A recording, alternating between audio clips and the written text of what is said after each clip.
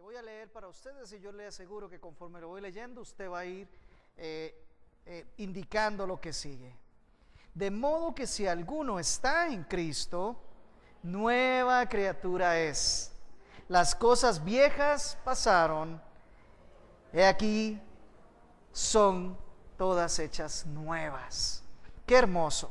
Pero hay algo que nosotros no notamos en ese en esa cita, y es de dónde proviene esto.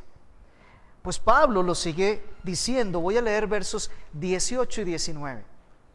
Y todo esto, es decir, que alguno esté en Cristo, que las cosas viejas pasen, que las otras cosas nuevas vengan, todo esto procede de Dios, quien nos reconcilió consigo mismo por medio de Cristo y nos dio el ministerio de la reconciliación. A saber, que Dios estaba en Cristo reconciliando al mundo consigo mismo, no tomando en cuenta a los hombres sus transgresiones, y nos ha encomendado a nosotros la palabra de la reconciliación. Hemos visto en Mateo capítulo 18 y hacia los versículos finales cómo el Señor ha insistido que la relación de la iglesia, la relación en la iglesia, es una relación que tiene que estar basada en el perdón y la reconciliación. Todo el capítulo 18 se refiere a la iglesia y su interacción, su dinámica, su forma de comportarse, su conducta, la relación entre los hermanos.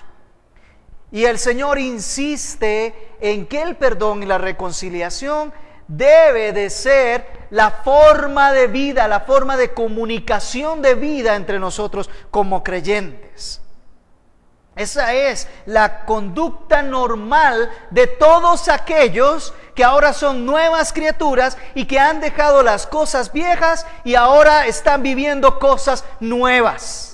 Porque déjeme decirle que el perdón y la reconciliación no son naturales en el hombre, en su vieja naturaleza. No es normal. No es común el perdón y la reconciliación, pero en el creyente, en el que ha pasado de muerte a vida, el que ha sido trasladado de las tinieblas a la luz admirable del Hijo de Dios, el que ha experimentado un nuevo nacimiento, quien ha sido regenerado, y en aquel en que el Espíritu Santo de Dios está, ahora brota de sí un principio básico de buscar siempre el perdón y buscar siempre la reconciliación. Es básico. Es un principio del Espíritu. Pablo advierte que todos los que están en Cristo son nuevas criaturas. Y como nuevas criaturas ahora viven realidades nuevas.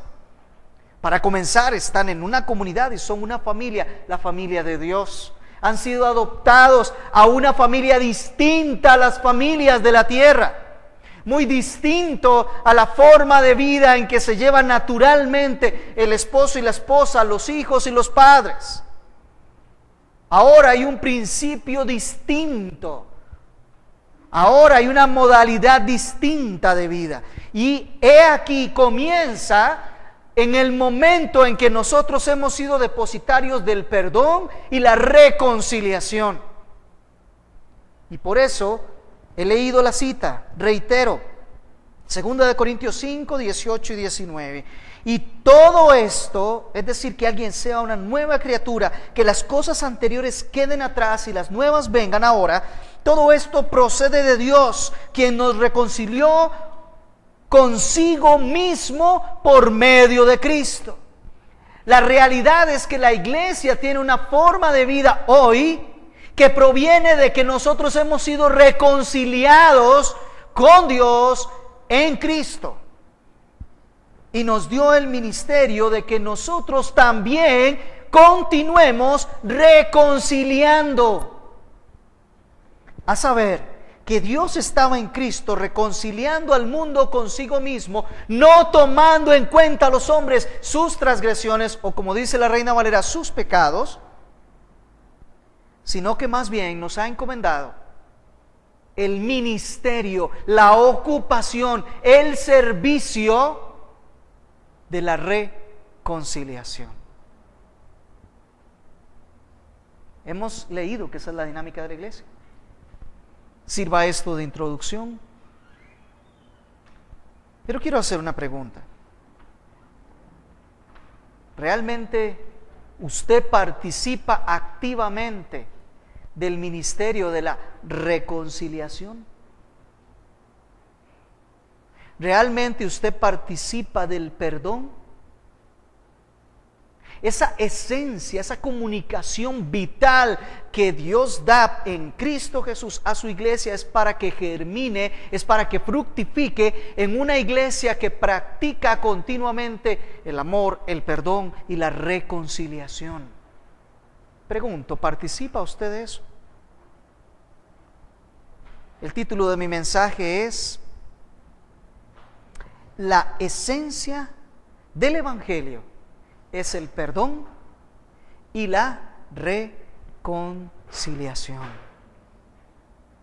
Cuando hablamos del Evangelio de nuestro Señor Jesucristo, de lo que estamos hablando es de la nueva noticia y de la buena noticia de que ahora nosotros estamos reconciliados con Dios y se nos ha perdonado todo nuestro pecado.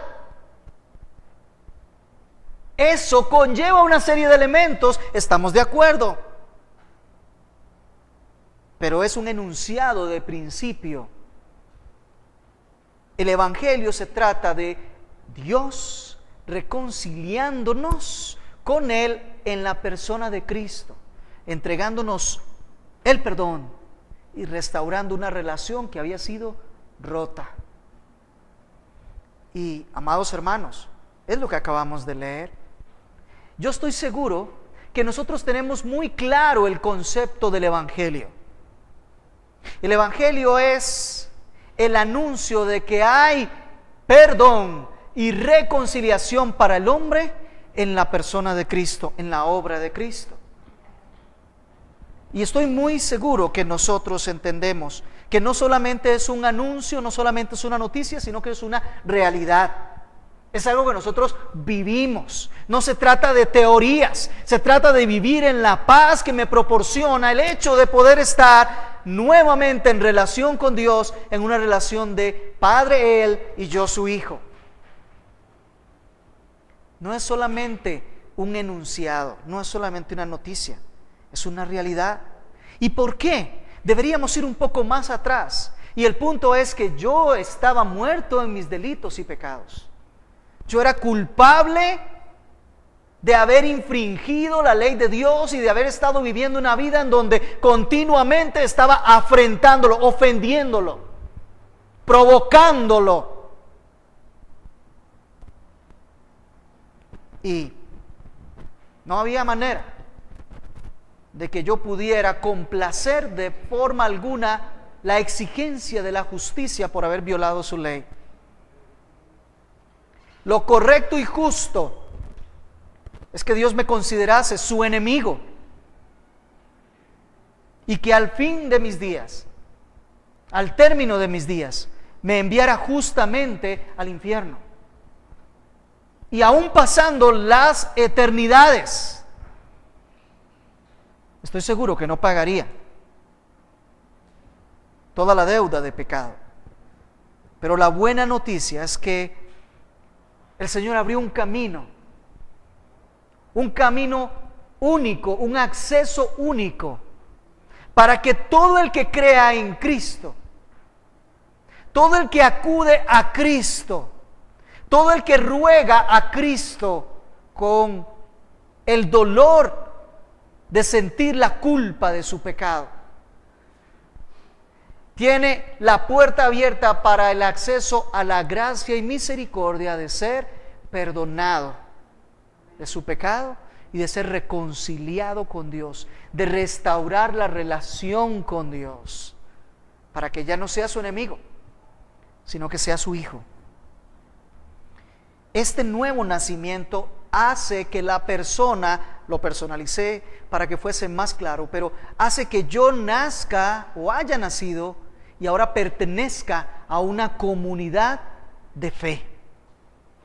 Y lo que debo hacer y lo que soy llamado a hacer es a replicar ese mismo proceso de perdón y reconciliación entre nosotros.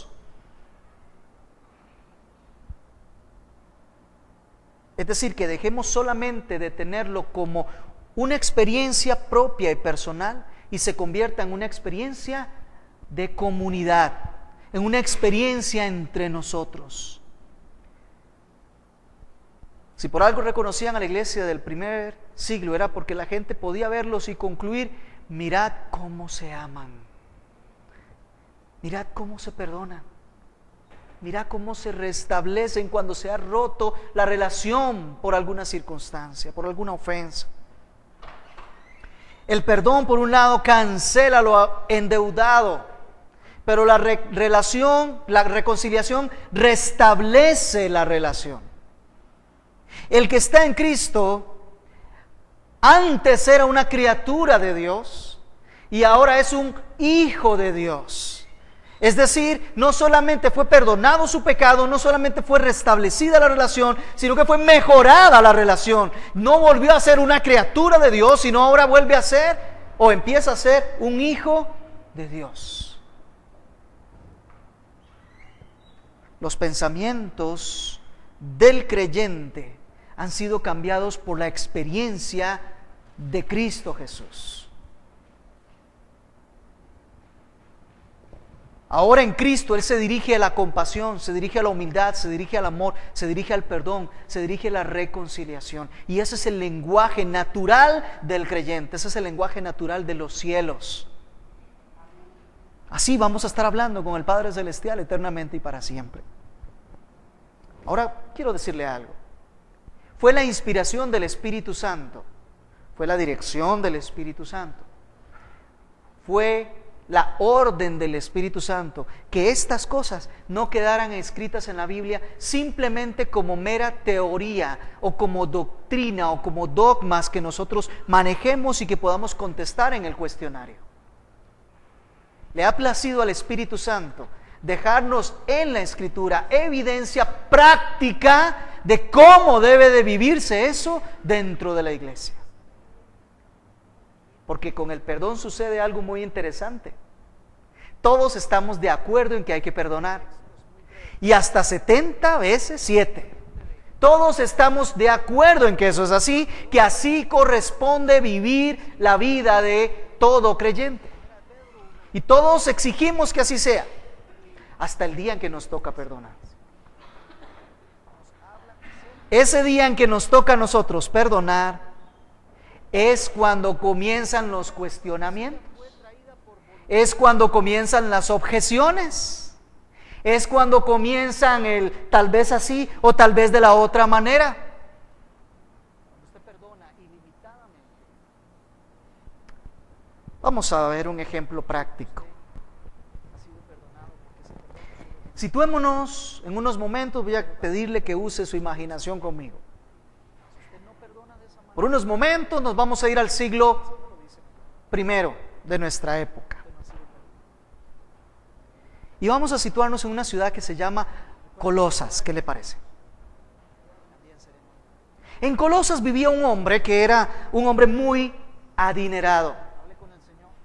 Como estamos en el siglo I, es válido que los hombres adinerados tengan esclavos. Y este hombre tenía esclavos. Algunos eran esclavos muy buenos, trabajaban muy bien. Otros eran esclavos medio flojos. Y otros eran esclavos que estaban buscando a ver en qué momento podían zafarse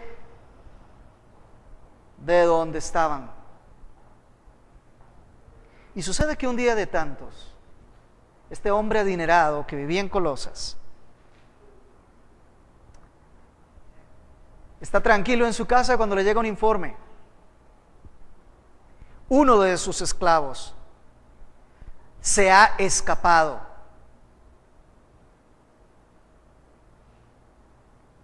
La ley romana y la ley judía, Deuteronomio lo dice, permitía al dueño del esclavo ir y buscarlo.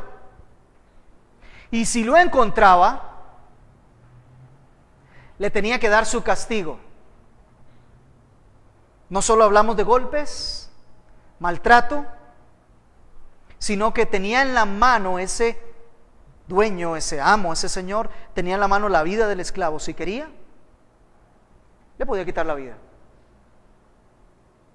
Pero mire, este esclavo que le huyó y se le escapó, no solamente se le escapó, no solamente huyó, sino que al hacerlo se llevó un poco de los bienes de su dueño.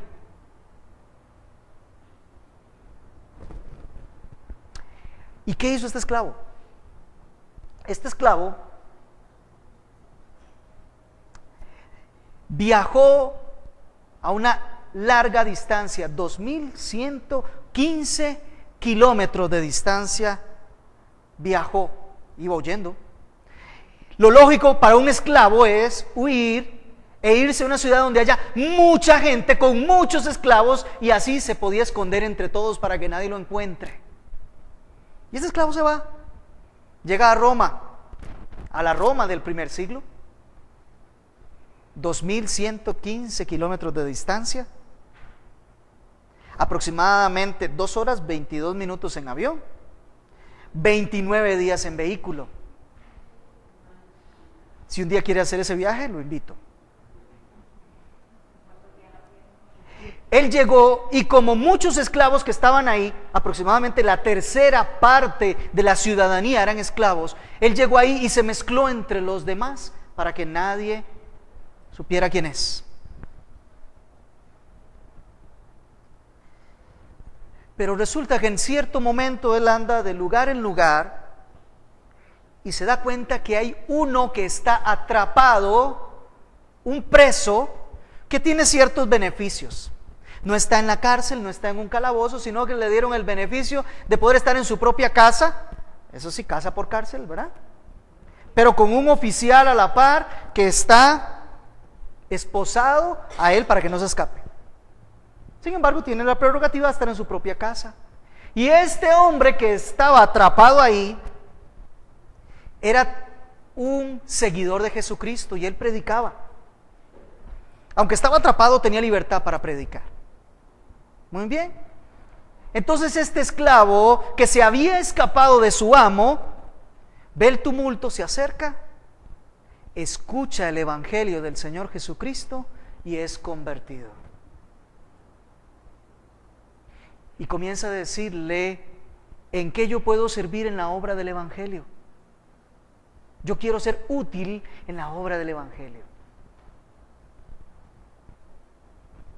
Y se le empiezan a dar algunos mandados, algunas responsabilidades, y comienza él a asumir responsabilidades y comienza a estar activo con aquel otro hombre. Hasta que en algún momento quien le estaba enseñando el evangelio le dice: y por cierto, ¿de dónde vienes?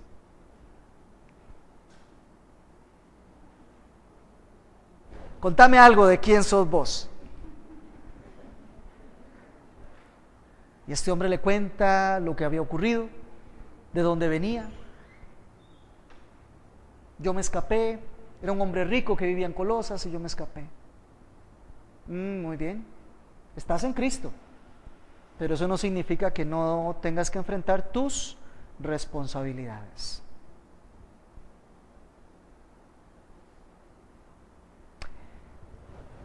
Deciden, entre el predicador y este esclavo, deciden que debe de regresar. Debe de regresar a su amo y sujetarse a lo que su amo le haga o le diga. Y cuando le pregunta el predicador al esclavo: ¿y cuál es el nombre del amo suyo que vive en Colosas? Y él le da el nombre. Le dice: qué curioso, yo lo conozco. Y no solo lo conozco, cuando yo estuve predicando por esos lados, él se convirtió y me ayudó activamente en el ministerio. Es amigo mío, es hermano mío en la fe. Vamos a hacer lo siguiente: te voy a enviar para allá, Pero para que no llegues así decimos nosotros, en seco, te voy a dar una carta para que se la lleves y yo le voy a contar algunas cosas y voy a hablar con él. ¿Te gustaría junto conmigo leer la carta? Vamos a el Nuevo Testamento a leer la carta que Pablo le envía a Filemón. Si se pregunta cómo se llama, el libro de la Biblia se llama Filemón. Y quien envía la carta es Pablo, era el predicador. Filemón es el dueño de este esclavo. Si va por ahí por Timoteo y Tito, ya casi llega. Si ya pasó a Hebreos, se pasó. Okay. Esta es la carta paulina más pequeña. La única carta de Pablo donde lo que trata no es un tema general para todos, sino es un tema particular, específicamente para Filemón, pero la enseñanza nos aplica a todos. Voy a leer para ustedes, por favor, síganme allí. Pablo, prisionero de Cristo Jesús, y el hermano Timoteo, a Filemón, nuestro amado hermano y colaborador, y a la hermana Apia, y a Arquipo, nuestro compañero de milicia, y a la iglesia que está en su casa. Gracia a vosotros y paz de parte de de parte de Dios nuestro Padre y del Señor Jesucristo. Doy gracias a mi Dios siempre haciendo mención de ti en mis oraciones, porque oigo de tu amor y de la fe que tienes hacia el Señor Jesús y hacia todos los santos. Y te ruego que la comunión de tu fe llegue a ser eficaz por el conocimiento de todo lo bueno que hay en vosotros mediante Cristo. Pues he llegado a tener mucho gozo y consuelo en tu amor, porque los corazones de los santos han sido confortados por ti, hermano. Por lo cual, aunque tengo mucha libertad en Cristo para mandarte a hacer lo que conviene, no obstante, por causa del amor que te tengo, te ruego, siendo como soy, Pablo, anciano y ahora también prisionero de Cristo Jesús, te ruego por mi hijo Onésimo, a quien he engendrado en mis prisiones, el cual en otro tiempo te era inútil, pero ahora nos es útil a ti y a mí. Y te lo he vuelto a enviar en persona, es decir, como si fuera mi propio corazón, a quien hubiera querido retener conmigo para que me sirviera en lugar tuyo en mis prisiones por el Evangelio. Pero no quise hacer nada sin tu consentimiento, para que tu bondad no fuera como por obligación, sino por tu propia voluntad.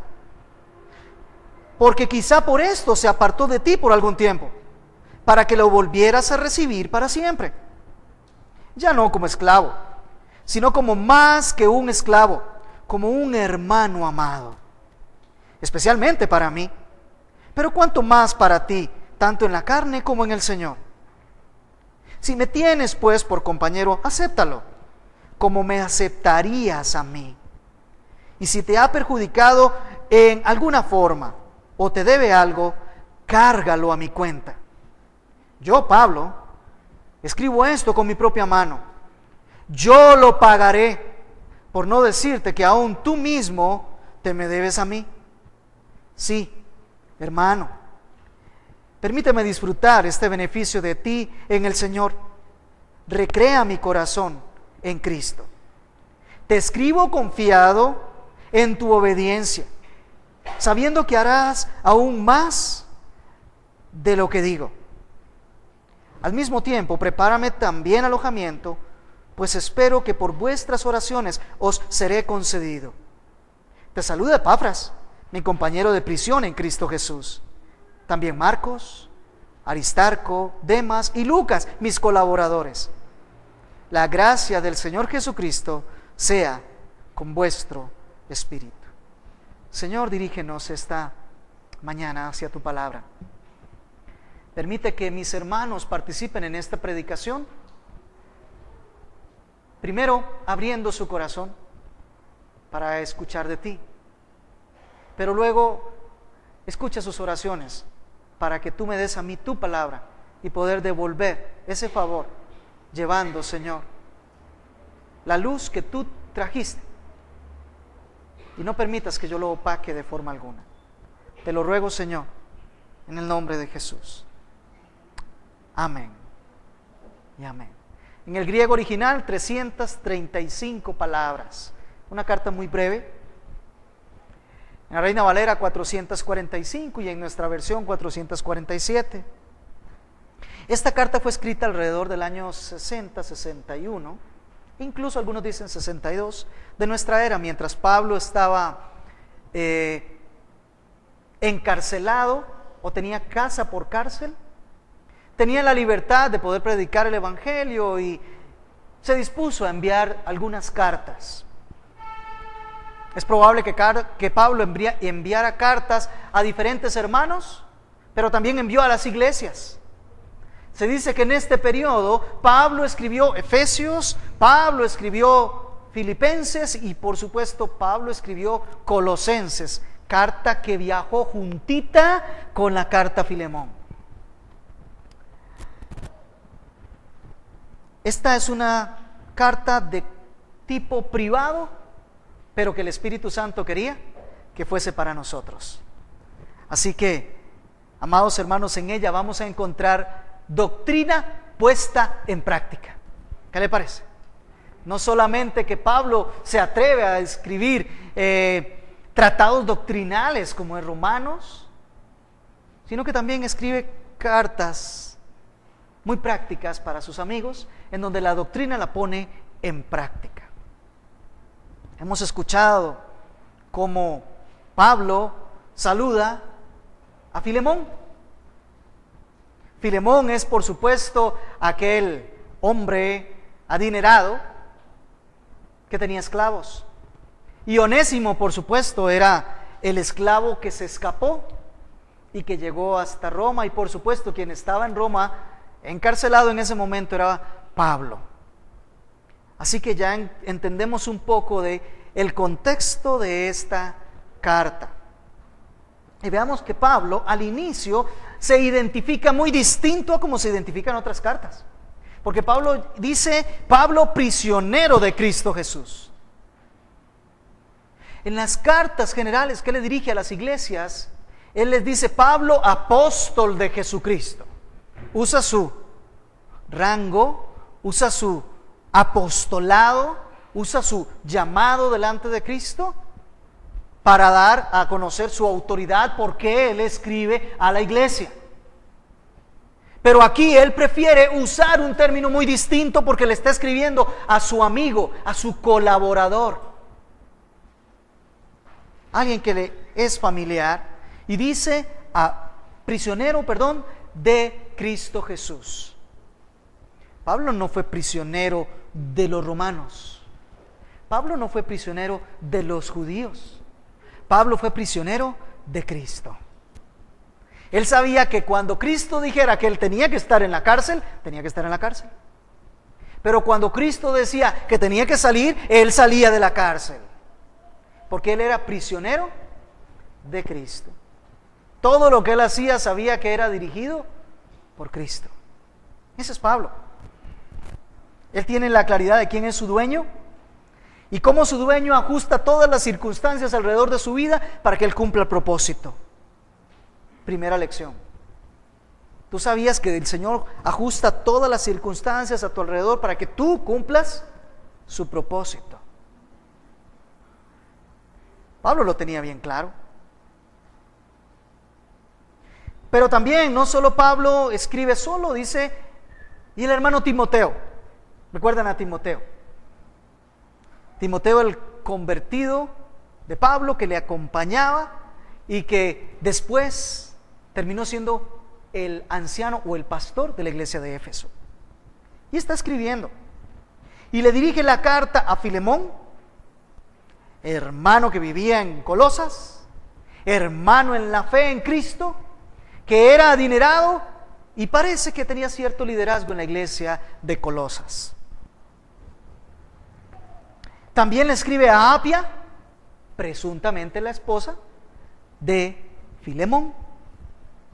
Y también le escribe a Arquipo. ¿Lo vieron ahí? Arquipo.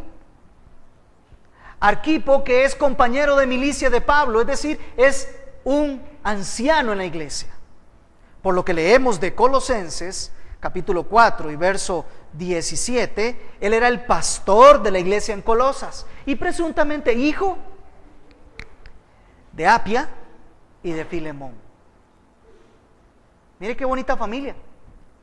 Un hombre adinerado, empresario, que era líder en la iglesia, con su esposa, quien también trabajaba en la iglesia, y con su hijo, que era el pastor de la iglesia.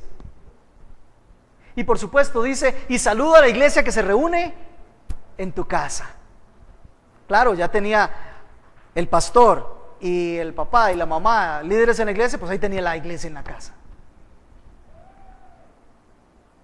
Y lo que Pablo siempre hace, gracia y paz de nuestro Dios Padre, nuestro Dios Padre y del Señor Jesucristo.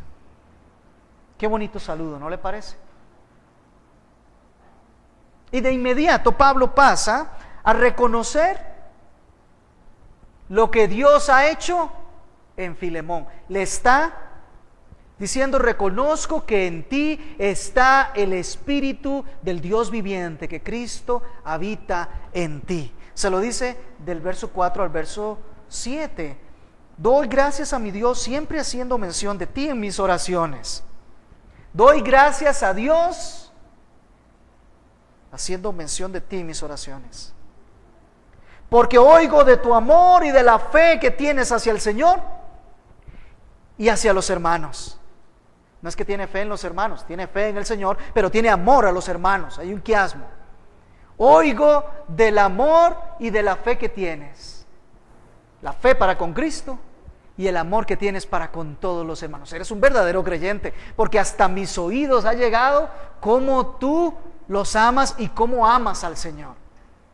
Y mira lo que dice: y ruego que la comunión de tu fe llegue a ser eficaz por el conocimiento de todo lo bueno que hay en vosotros mediante Cristo. Y ruego a Dios que todo lo que en Cristo vas a poder lograr, lo alcances, porque está siendo de bendición para los otros hermanos. ¿Sabe? Filemón era un hermano que le encantaba bendecir a los hermanos, confortar a los hermanos en sus necesidades. Filemón era un hombre de Dios. Y Pablo dice, oigo que les tratas con amor porque tienes gran fe en Cristo, pero pido a Dios que aún te haga abundar más para que conozcas todo lo que puedes hacer estando en Cristo por los hermanos. ¿Sabías que tienes un enorme potencial para servir a tus hermanos en la iglesia?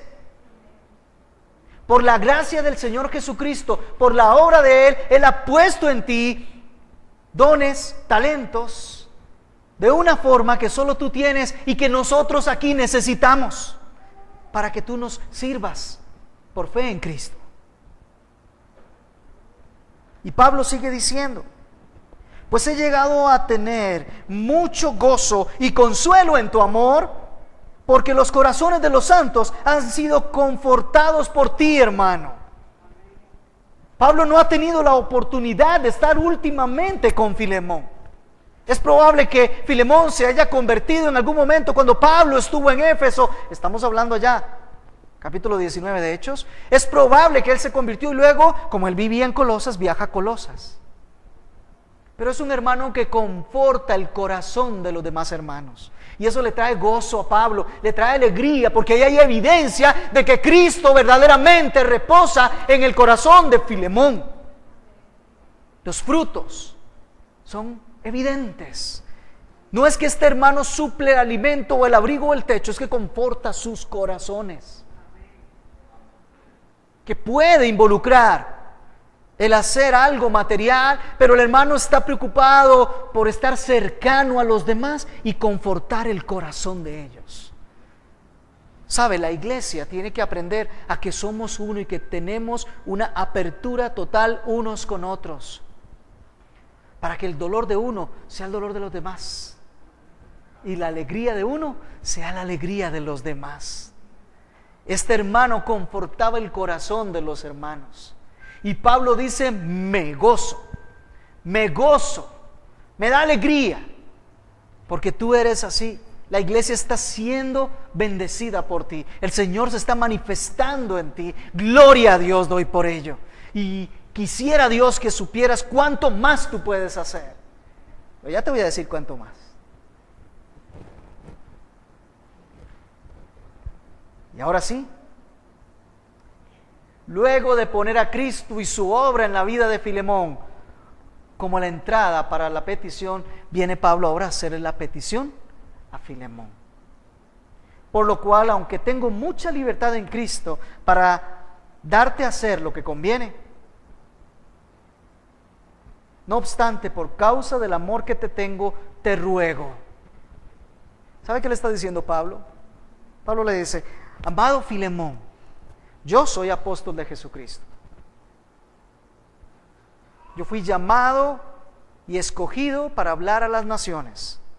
He sido prisionero por Cristo. Estoy autorizado y autenticado por Cristo para hablarte y darte la orden de qué es lo que debes hacer, qué es lo que conviene. Y así lo hacen las otras cartas. Pablo, apóstol de Jesucristo, por voluntad de Dios, a la iglesia tal y a la otra. Estas son las instrucciones.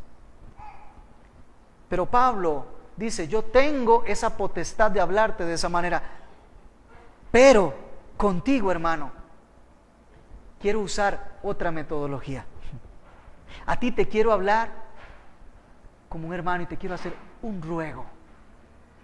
Aunque te puedo obligar, te lo voy a pedir por amor. Voy a tocar la fibra del corazón para que desde ahí tú hagas. No obstante, por causa del amor que te tengo, te ruego, siendo como soy. Pablo, no te está hablando un desconocido, te está hablando tu amigo. Pablo, te está hablando tu hermano en la fe. Pablo, siendo quien soy yo. Pablo. Y además, no solo siendo Pablo, sino siendo anciano. Para esta época se entiende que Pablo podía andar alrededor de sus 70 años. Y siendo prisionero de Cristo. Verso 9.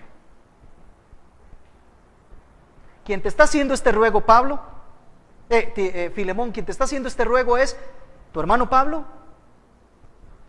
quien además es un anciano y quien además es prisionero de Cristo. En estas condiciones quiero que consideres lo que te voy a pedir.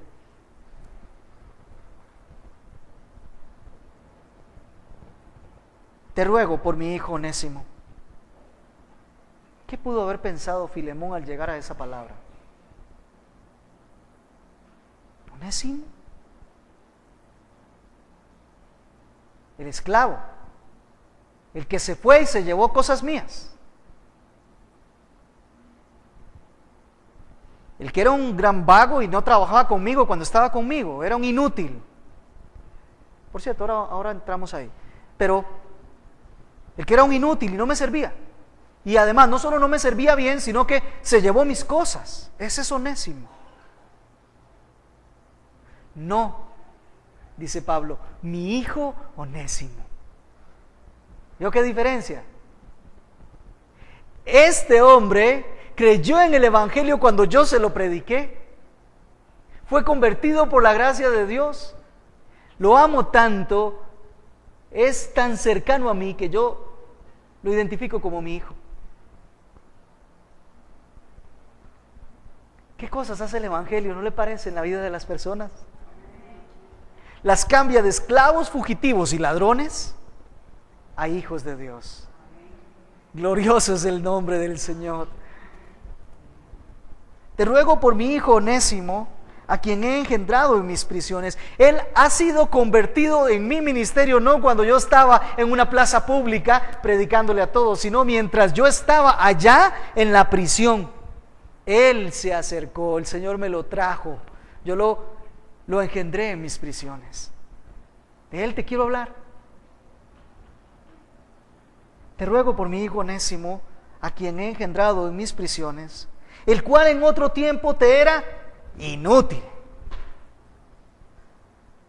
pero ahora nos es útil a ti y a mí. Voy a decir algo que tal vez usted no se había enterado, pero el nombre Onésimo significa útil.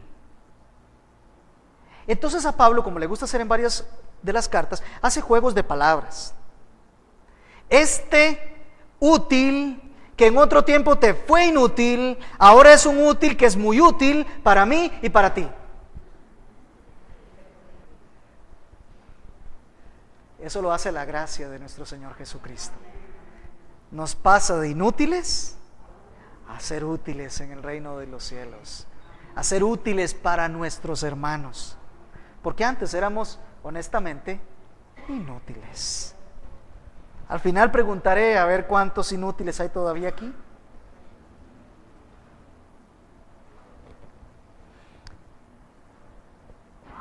Y dice que es útil para Pablo, y le dice, y estoy seguro que también es útil para ti. El hombre ha cambiado. El hombre ahora trabaja fuerte. Yo estaba en la prisión y tenía que enviar una carta, él la llevaba. Yo estaba en prisión y se había que visitar a un enfermo, como yo no puedo ir, pues él iba. Eres un hombre útil, ahora trabaja. Y yo estoy seguro que como trabaja conmigo, de igual forma va a trabajar contigo. Nos es útil a los dos. Además es un hermano en la fe. Ahora es útil. Y te lo vuelvo a enviar en persona, es decir, como si fuera mi propio corazón. Filemón podría estar pensando, ¿me está diciendo que reciba otra vez al inútil aquel? Pero Pablo me dice que ahora es útil. Un momentito, y lo que me debe, un momentito, y lo que me hizo. Mire, pero si viene con buenas costumbres, porque si viene con malas costumbres, Pablo le dice, recíbelo, dice de esta manera, como si fuera mi propio corazón. No te fijes en él. Me está recibiendo a mí, como si fuera mi propio corazón. Si le recibes a él, entiende, comprende que me estás recibiendo a mí. ¿Cómo me recibirías a mí? Eso es lo que quiere decir Pablo. Y se lo va a reiterar más adelante. Dice, te lo vuelvo a enviar en persona. Es decir, como si fuera mi propio corazón. Verso 13, a quien hubiera querido retener conmigo para que me sirviera en lugar tuyo en mis prisiones por el evangelio. Pablo le dice, mire, te lo estoy enviando, aunque yo quisiera que se quede conmigo, para que me ayude tal como te acuerdas que tú me ayudaste. Así él me ayuda aquí, pero te lo estoy enviando. Te lo quiero enviar. No, porque dice verso 14, no quise hacer nada sin tu consentimiento. ¿Qué está diciendo Pablo aquí? Reconozco, Filemón, que ese esclavo te pertenece, es tuyo. Literalmente pertenece. En el siglo I la esclavitud implicaba que los hombres que estaban esclavos pertenecían como cosas a los dueños. No tenían derechos como personas los esclavos, eran cosas de los dueños. No se vaya usted a equivocar, no quiere decir que por eso que era todo tan oscuro y tan dañino. No, había esclavos que eran tratados tan bien. Tenían la misma comida que el amo, la misma ropa que el amo, y vivían en una casa similar a la del amo. Habían esclavos que tenían trabajos e ingresos económicos que no tenían los pobres de la ciudad, y por eso muchos que estaban libres iban y se ofrecían como esclavos para poder que les fuera mejor. Ahora no se equivoque tampoco en ese sentido, no es que todo era tan lindo y todo era tan claro, era esclavitud al final. Y Filemón tenía en sus manos la vida de Onésimo. Así que antes de que Filemón piense qué hacer con Onésimo, Pablo le dice, él es mi corazón, yo te lo estoy devolviendo porque reconozco ante la ley que te pertenece y él debe regresar. Es un creyente, tiene que ajustarse a la ley, por eso él regresa contigo. Yo hubiera querido dejármelo para que me siga trabajando, pero te lo devuelvo, porque no quiero nada sin tu consentimiento. Si de buena voluntad lo devuelves para que trabaje, yo estaré feliz, pero no te lo voy a imponer. Quiero contar con tu buena voluntad. Qué tremendo, ¿no le parece? Pablo estaba en la cárcel, necesitaba colaboradores, pero sabe que uno de sus colaboradores tiene algo pendiente y lo tiene que devolver.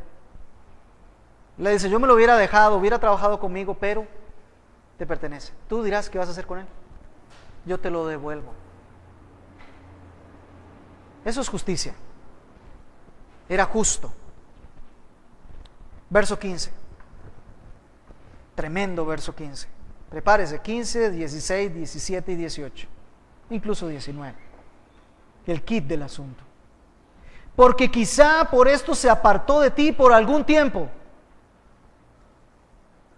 ¿Por qué motivo se apartó?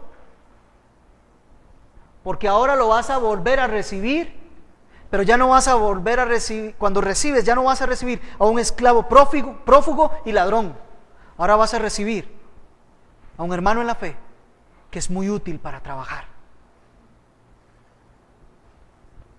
Quizá para esto se apartó de ti por un tiempo, para que le recibieras, dice el 15,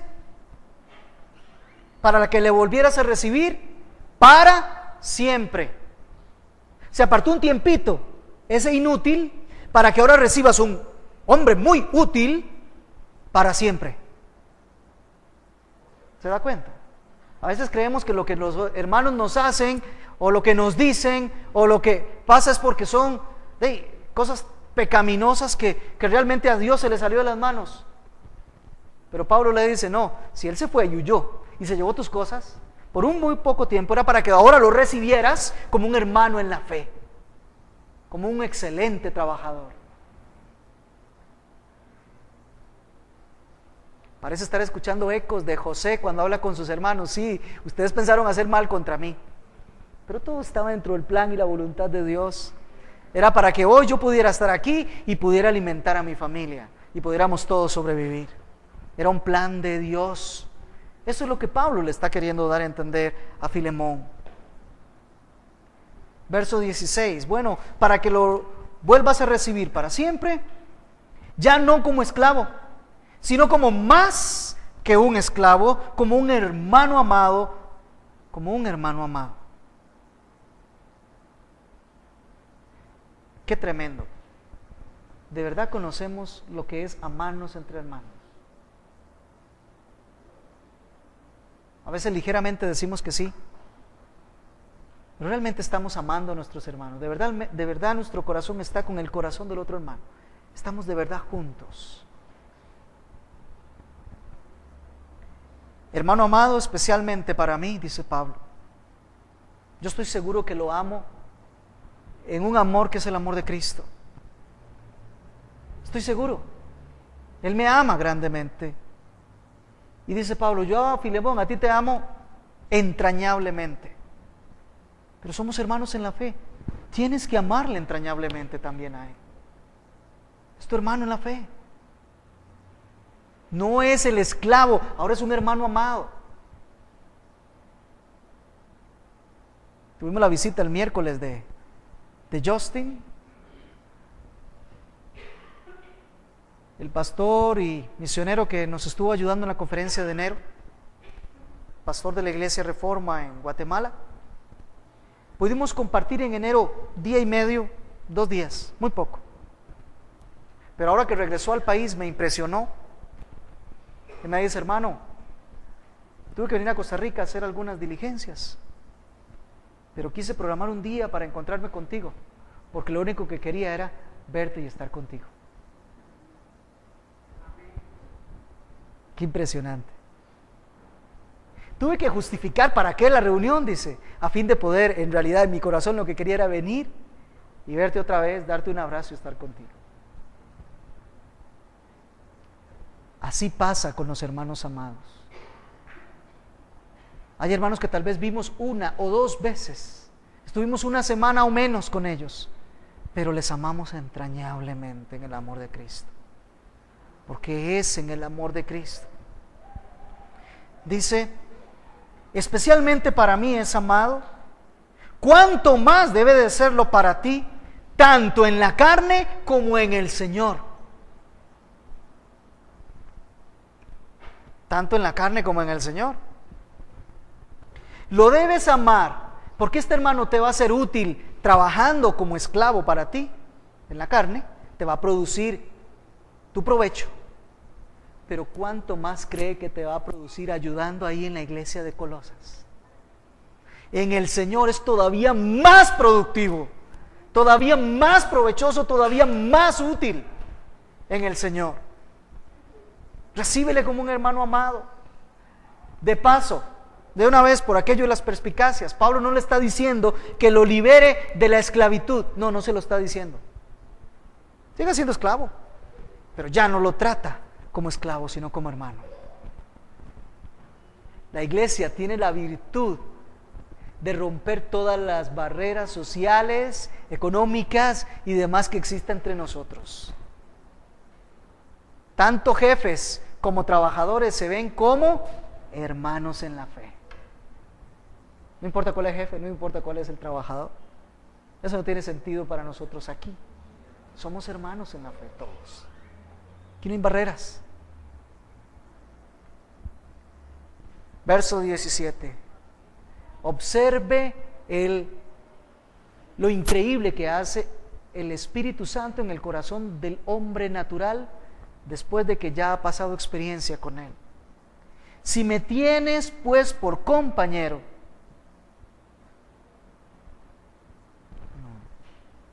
Pablo le dice a Filemón, si tú me tienes a mí por compañero, es decir, si los dos estamos trabajando en lo mismo, tú eres líder en la iglesia, yo soy líder de la iglesia, si estamos trabajando en la iglesia del Señor, estamos compartiendo el evangelio del Señor Jesucristo, si estamos en el mismo nivel, si nos comprendemos también, si me tienes por compañero, acéptalo como me aceptarías a mí. ¿Cómo crees que Filemón habría recibido a Pablo cuando le llegase a visitar? Probablemente le hubiese alistado, como decía Vernon McGee, probablemente le habría listado el mejor cuarto con la cama más suave y probablemente le habría dejado la mejor porción de la comida, probablemente le habría dejado la lámpara que alumbrara más ahí en el cuarto, le habría recibido con toda alegría, le habría dejado unas buenas cobijas y habría pasado tiempo con él conversando.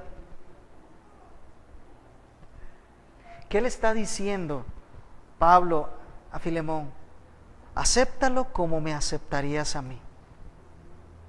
¿Entiendes lo que hay ahí?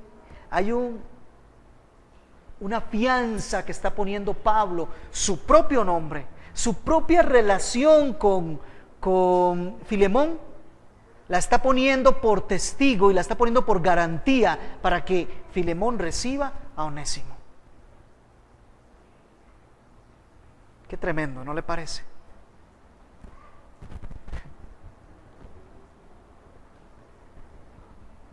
No hay mejor amigo que aquel que da su vida por los demás. Eso es lo que está haciendo Pablo.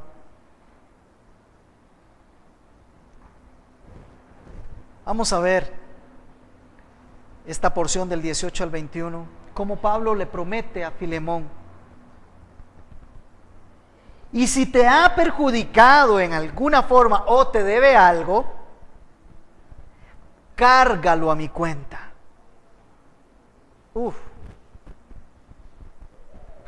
Pregunto, hermanos, ¿Onésimo le debía algo a Filemón? Sí le debía. Era su esclavo y no le sirvió, fue un inútil, y además se le escapó y se le llevó los bienes que le pertenecían a Filemón. Sí le debía, claro que le debía. ¿Qué no entiendes de pronto cómo el Evangelio está siendo totalmente claro, práctico y transparente en esta carta. ¿Cómo estabas delante de tu amo, tu dueño y tu Señor? ¿No es cierto que eras inútil para Él? ¿No es cierto que viviste gastando los bienes que le pertenecían a Él y que tú creíste que eran tuyos? Tu tiempo, tu cuerpo, tus palabras, tu salud. Pero vino alguien que dijo al Padre Celestial: si algo te debe, ponlo a mi cuenta. ¿Recuerdan quién fue? Y pagó la cuenta. ¿No es cierto? De eso hay testimonio y evidencia histórica. Esa cruz de Calvario, ahí donde tu cuenta y la mía fueron pagadas. Qué tremendo. Si algo te debe, ponlo a mi cuenta. ¿Qué está diciendo Pablo? Las deudas que él tiene, pásamelas a mí. Lo que él te deba, pásamelo a mí. Qué tremendo. Qué poderoso es que el Señor lo hizo con nosotros y nosotros lo podamos hacer con nuestros hermanos. Esto es perdón. Esto es reconciliación. Así debe de comportarse la iglesia de Cristo. Si te ha perjudicado en alguna forma, o si te debe algo, si aún tú quieres cobrar, Filemón, si aún todavía hay una cuenta por ahí pendiente, cárgamelo a mí. No debería haber cuenta. Es un creyente en Cristo. Tú debiste ya haberlo perdonado. Pero si algo queda, cárgamelo a mí. Verso 19. Yo, Pablo, escribo esto con mi propia mano. Vamos a aclarar algo. Pablo normalmente no escribía sus cartas con su propia mano. Pablo normalmente tenía un, vamos a ver, secretario, correctamente llamado en la época amanuense, al cual él le dictaba y el amanuense era el que escribía. Y en algunas ocasiones Pablo simplemente ponía firma al final. En otras ni siquiera ponía firma, pero sí se identificaba. En este caso particular, Pablo acaba de decir que lo que le deba al otro, se lo cobre a él. Y en el siguiente versículo dice: yo de mi propia mano acabo de escribir esto. Ten seguridad, Filemón, que yo me estoy comprometiendo. Ten seguridad, Filemón, que soy yo el que lo estoy diciendo, no otra persona, a nombre mío. De mi propia mano yo te lo escribo. Yo soy el que me estoy comprometiendo. ¿Qué no hizo eso el Señor Jesucristo por nosotros? Él se comprometió en su totalidad. Fue a la cruz del Calvario por nosotros y entregó su vida, derramó su sangre y murió allí, en ese lugar. Ese fue el compromiso que hizo por nosotros. Lo firmó con su propia mano. Eso hizo. No fue solo simples promesas. No, nosotros no nos basamos, el cristianismo no se basa en simples teorías o religiones inventadas por los hombres. El cristianismo se basa en hechos científicamente comprobados.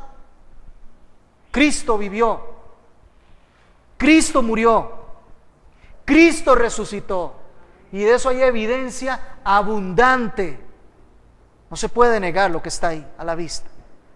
El cristianismo es la única religión que se basa en su propio creador, y su propio creador definió que solo Él y nada más Él es el único fundamento de la religión. No lo comparte con nadie más. No es un grupo de hombres que se imaginaron cosas. Es Cristo y nada más Él, y solo Él. Y Él firmó, Él prometió, Él cumplió, y Él vendrá a redimir a su pueblo, a glorificarnos, vendrá por nosotros. Gloria sea a nuestro Señor Jesucristo. Yo, Pablo, escribo esto con mi propia mano, yo lo pagaré, por no decirte que aún tú mismo te me debes a mí. O sea, ya se lo había pagado adelantado. Filemón había venido al conocimiento del Evangelio, había salvado su alma, y probablemente la de su esposa y probablemente la de su hijo, por la predicación de Pablo. ¿Cuál era la deuda que tenía Filemón con Pablo? Su vida misma. No se contabiliza en monedas, no se contabiliza en billetes. Le debía el haberle abierto la puerta delante de él para que el otro pudiese entrar a la vida eterna. Pablo le dice, por no decir que tú también te me debes, no es que me debes una gran cantidad, es que te debes completo, te me debes a mí. Así que comparada la deuda, ya está paga. Verso 20. Sí, hermano, permíteme disfrutar este beneficio de ti en el Señor. Recrea o conforta mi corazón en Cristo. Al final resume Pablo diciendo, recibe a este hermano como si fuese a mí mismo. No le cobre la deuda, si algo te debe, yo te lo pago. Y cuando hagas eso, yo sentiré que lo hiciste directamente conmigo. Me lo hiciste a mí. Recrea mi corazón, alegra mi corazón, conforta mi corazón, recibiendo a Onésimo como hermano en la fe y no cobrándole, sino perdonando por completo lo que le debe, lo que te deba. Y verso 21 todavía, por aquello de pudiese existir alguna objeción de parte de Filemón, Pablo le dice, te escribo confiado en tu obediencia. Se lo había pedido por amor, por misericordia que lo hiciera. Pero de todas maneras te escribo confiado en tu obediencia, sabiendo que harás aún más de lo que te digo. El que le gusta y tiene la habilidad de leer entre líneas lo que se está diciendo, Pablo le dijo que recibiera a Onésimo, ¿no es cierto? Pero también Pablo le dijo que para él era muy útil útil, y que había trabajado mucho con él y que le hubiese encantado tenerlo con él, pero que no se lo iba a dejar, a no ser que por la buena voluntad de Filemón se lo devolviera. El ruego es para que lo reciba como hermano en la fe, pero sé que harás un poco más. Casi que recuerda a Pablo decirle, viera que a mí me sirve mucho. Este es un excelente hermano, muy útil en la fe. Es cierto, no quedó registrado en la Escritura, tampoco en los anales de la historia, otras fuentes. ¿Qué ocurrió? Pero si Pablo estaba confiado en la obediencia de Filemón, es muy probable que Filemón recibiera a Onésimo, le recibiera como hermano en la fe, y es probable que le hubiese dado no solo una carta de regreso para Pablo, sino que le hubiese mandado algunas cosas adicionales con Onésimo a Pablo para que resistiera mientras estaba prisionero por la causa de Cristo. Y aún para terminar, detalles de gracia y misericordia. Al mismo tiempo, le dice Pablo, prepárame también alojamiento, pues espero que por vuestras oraciones os seré concedido. Pablo tenía esperanza de que iba a salir de la cárcel y que podía ir a ver a Filemón. Si por algo Onésimo no había regresado, él quería ir a ver qué estaba pasando. Prepárame alojamiento. Porque había algo en lo que Pablo confiaba, ¿puedes creer? Porque espero que por la oración de vosotros os seré concedido. ¿Saben en qué confiaba Pablo? En que los hermanos estaban orando por él. Algunos exégetas han logrado decir que sí, Pablo salió, y sí, fue a Colosas, y sí, visitó a Filemón. Y después vienen unos saludos finales. Te saluda Epafras. En otros libros de la Biblia, en otras cartas, Epafrodito. Este Epafrodito era también pastor de la iglesia en Colosas, pero este pastor Epafrodito era el que había fundado la iglesia en Colosas. Eso nos dice Colosenses capítulo 1, verso 7 y Colosenses capítulo 4, verso 12. Él era el pastor principal de la iglesia, aunque Arquipo también era uno de los pastores. Epafras, mi compañero de prisión en Cristo Jesús. Recordemos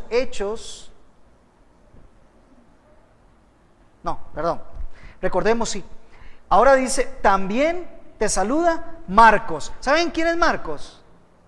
Mire, Pablo le está pidiendo a Filemón que reciba a Onésimo, pese a que le había ofendido y le había robado, porque Pablo lo practicó a sí mismo con Marcos. Juan Marcos, era primo de Bernabé. Y cuando Bernabé y Pablo salen de Antioquía a dar su primer viaje misionero, se llevaron precisamente al primo de Bernabé, Juan Marcos. Pero Juan Marcos, en medio del camino, seguro se cansó y los dejó que siguieran ellos solos. Eso a Pablo no le gustó. Y cuando iban a salir al segundo viaje, otra vez Bernabé y Pablo, ellos discutieron porque Bernabé dijo, ¿qué tal si llevamos a Juan Marcos? ¿Y qué dijo Pablo? No, él nos dejó, él se fue, ¿cómo lo vamos a llevar? Ahora vemos un Pablo que ha comprendido el cambio que ha existido en Juan Marcos y que ahora sí es útil y está con él ahí mientras está escribiendo y dice, a mí salúdeme también por favor, a Filemón salúdelo, y a la iglesia en Colosas. De tal manera que aquí vemos como Pablo ya había recibido a Juan Marcos y estaba con él otra vez. Qué hermoso lo que es el evangelio, cómo el Señor cambia a las personas, ¿no le parece? Por cierto, este Juan Marcos es el escritor de un evangelio que nosotros lo conocemos como el evangelio según Marcos. El primer evangelio en ser escrito, aunque está de segundo en el Nuevo Testamento. También te saludan otros.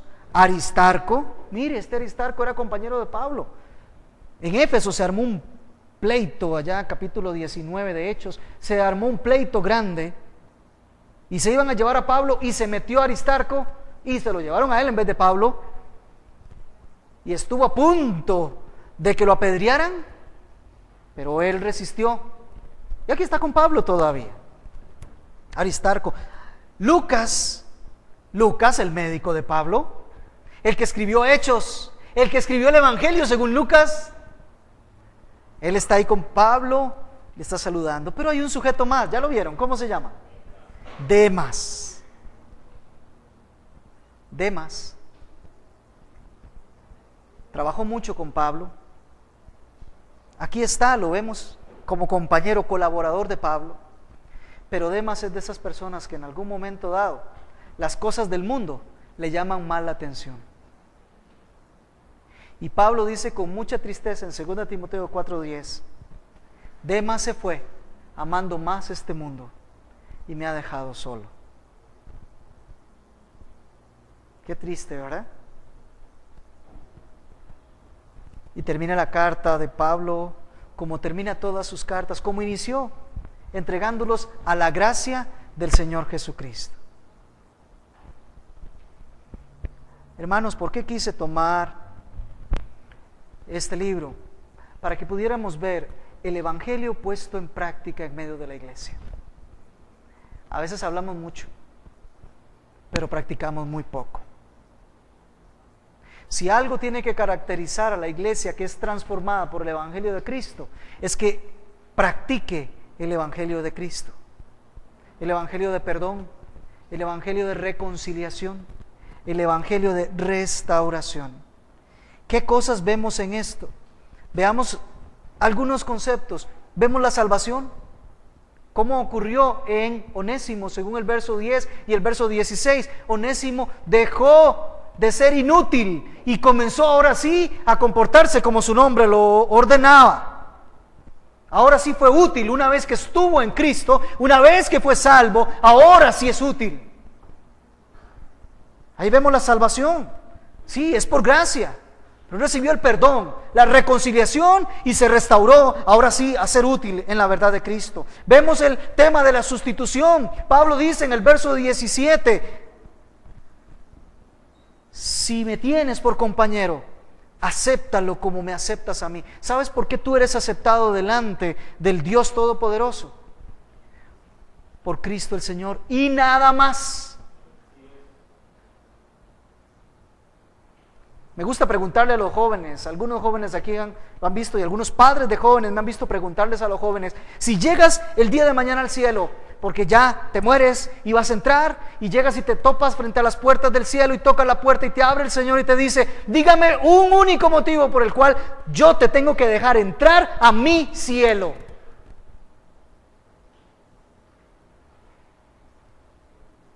¿Por qué yo, que creé todas las cosas y que tengo este cielo para compartir la dicha eterna y la bendición eterna, por qué tengo que dejarte entrar a ti, a mi cielo? ¿Se sorprendería usted mucho, como yo, de las respuestas que dan? La única respuesta es por Cristo Jesús, por la gracia en Cristo Jesús. Si ese no es el boleto que llevas, no tienes otra forma de entrar. Acéptalo como me aceptarías a mí. Sabes, nosotros somos aceptos en el amado, Filipenses capítulo 1. Somos aceptos en Cristo. Ahí está la sustitución. Él se llevó nuestros pecados. Nosotros encontramos entrada al reino de los cielos. Vemos la imputación. Verso 18. Pablo, lo que te deba, cóbramelo a mí. ¿Qué pasó con el pecado suyo y mío? ¿Quién lo pagó? Cristo Jesús lo pagó. Lo que nosotros debíamos, se lo cobraron a Él. Así que no crea que eso de la cruz del Calvario es para inspirar a la gente, no. Ahí es donde Jesucristo estaba pagando todos nuestros pecados, porque la paga del pecado es muerte, pero la dádiva de Dios es vida en Cristo Jesús. Y vemos cómo hay redención, verso 19. Yo, Pablo, te escribo esto con mi propia mano, yo te lo pagaré. Yo soy la paz. ¿Qué no ves aquí una semblanza del Evangelio? Pablo actuando como mediador entre Onésimo y Filemón, así como Cristo actúa como mediador entre los pecadores y el Padre Celestial. El perdón, la reconciliación están expuestos ante ustedes, está expuesto ante mí. El Espíritu Santo ha determinado que esto quede escrito para que todos sepamos cómo debemos de comportarnos. Es cierto, la carta de Pablo toca otros temas periféricos. ¿Qué pasa? ¿Cómo responde el cristianismo, por ejemplo, ante las injusticias sociales que están institucionalizadas? Como acontecía con la esclavitud. ¿Se fijaron que el cristianismo nunca se puso a luchar contra la esclavitud? Nunca. Nosotros no somos de los que tomamos luchas sociales. La iglesia no está para eso. La iglesia está para proclamar el Evangelio de Cristo. De todas maneras, si el amo y el esclavo se ven como hermanos, ya desapareció la esclavitud. Aunque Onésimo sea trabajador como esclavo, es libre en Cristo. Aunque Filemón sea el amo, es esclavo de Cristo. Es cierto, hay otros temas. La forma en que los líderes resuelven conflictos, por ejemplo, vemos a Pablo usando aquí de mucha sabiduría. Pero aquí no se desvíen los temas. El tema fundamental es el Evangelio puesto en práctica, la reconciliación y el perdón total y absoluto de los pecados. Frente a esta prueba práctica, hoy el Espíritu Santo nos llama a nosotros a revisar nuestros corazones frente a la realidad del perdón y la restauración. Recordemos que somos bienaventurados cuando somos perdonadores, incluso cuando promovemos la paz entre los hermanos en conflicto. Este ejemplo bíblico y eterno quedará para que la comunidad se acostumbre a comportarse. Quiero preguntarte primero, ¿ya eres útil o todavía eres un inútil?